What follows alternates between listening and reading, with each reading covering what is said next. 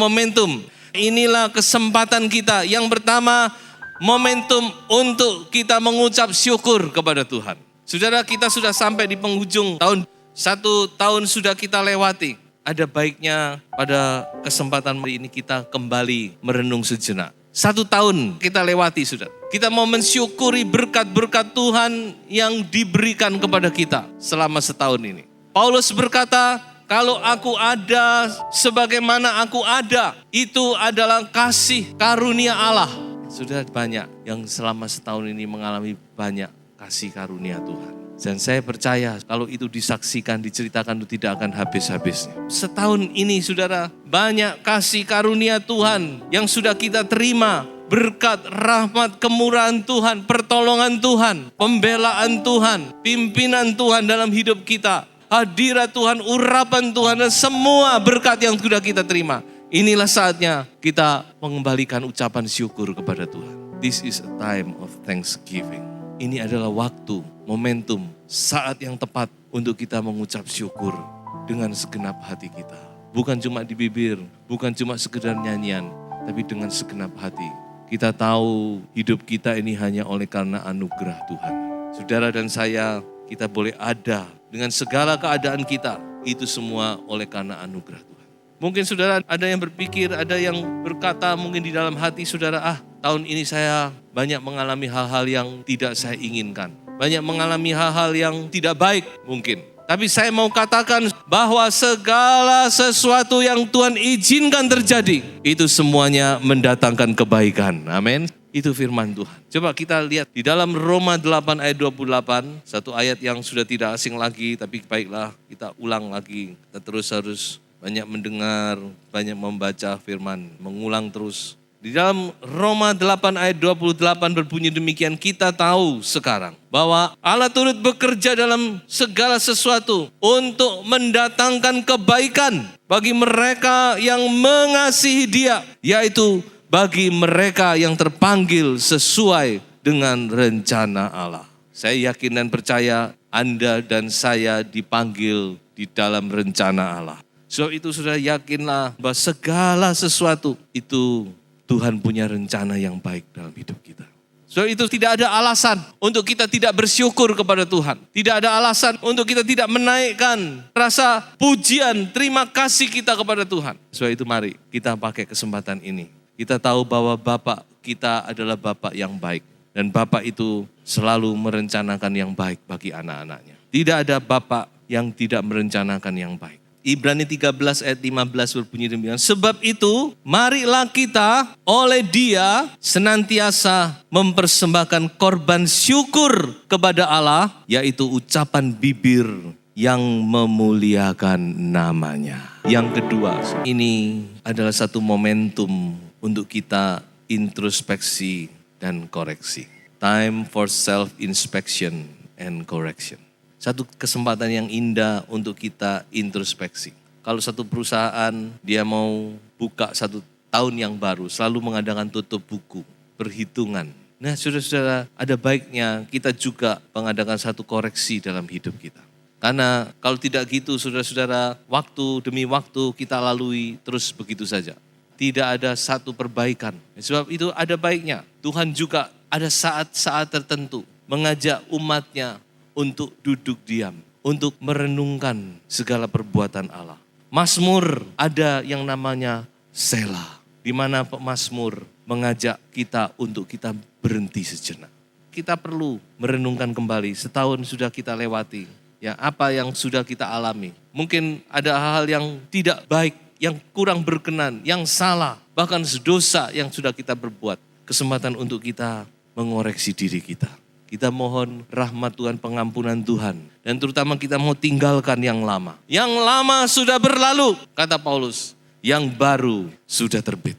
Inilah satu kesempatan yang indah. Sebab kalau tidak, kita tidak bisa maju. Kita terus cuma berputar-putar terus. Tahun demi tahun kita cuma berputar terus.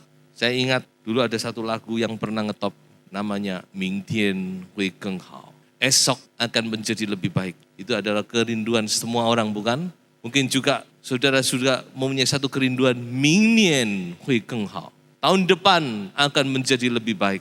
Tentu kita rindu. Tapi kalau kita tidak ada introspeksi, kita tidak ada satu koreksi, tetap aja. Karena kita akan membuat kesalahan yang sama. Tahun demi tahun ya itu toh, balik ke situ lagi. So itu kita perlu introspeksi. Apa kekurangan kita? Apa yang perlu kita perbaiki? Dan kita mau membuat satu koreksi di situ. Supaya kehidupan kita tahun yang akan datang menjadi satu tahun yang lebih indah, yang lebih baik lagi. Inilah kesempatan yang baik. Paulus juga berkata, periksa dirimu. Periksa. Kita mau memeriksa diri kita. Supaya kita berkenan di hadapan Allah. Dan rahmat Tuhan tercurah atas kita. Yang ketiga, ini adalah satu momentum untuk kita membuat satu komitmen yang baru. Kita tidak cuma begini-begini saja. Tapi kita mau membuat satu komitmen, satu janji. Komitmen itu adalah satu janji kepada diri sendiri. Terutama kita berjanji kepada Tuhan. Semua perubahan itu dimulai dari satu komitmen. Satu niat. Kita perlu satu komitmen untuk kita memperbaiki diri kita. Dan saya lihat juga di dalam Alkitab. Namun di dalam Alkitab selalu setiap satu kegerakan yang baru. Setiap ada urapan yang baru. Setiap ada sesuatu yang baru yang Tuhan beri. Selalu umatnya juga merespon itu dengan satu janji di hadapan. Satu ayat saja. Saya ajak saudara membuka Nehemia pasal 9 ayat 38.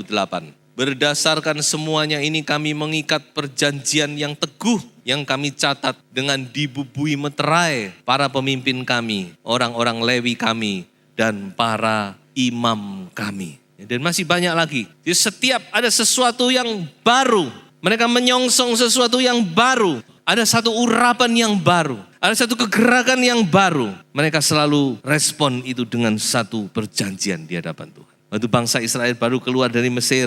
Mereka juga mengikat janji bukan dengan Tuhan. Di Gunung Sinai. Dengan diperciki darah binatang. Dan itu gambaran daripada perjamuan suci. Pada waktu perjamuan suci. Yesus juga mengikat satu perjanjian dengan umatnya. Yang namanya perjanjian baru. Dan itu dimeteraikan dengan darahnya sendiri. Demikian juga dengan kita. Kita bukan cuma menerima janji Tuhan. Tapi kita juga ingin membuat satu komitmen kepada Tuhan. Tuhan, di tahun yang baru ini, mari bekerjalah. Aku rindu. Aku punya satu kerinduan. Aku punya satu ketetapan hati. Inilah momentum ini. Saat yang tepat bagi saudara.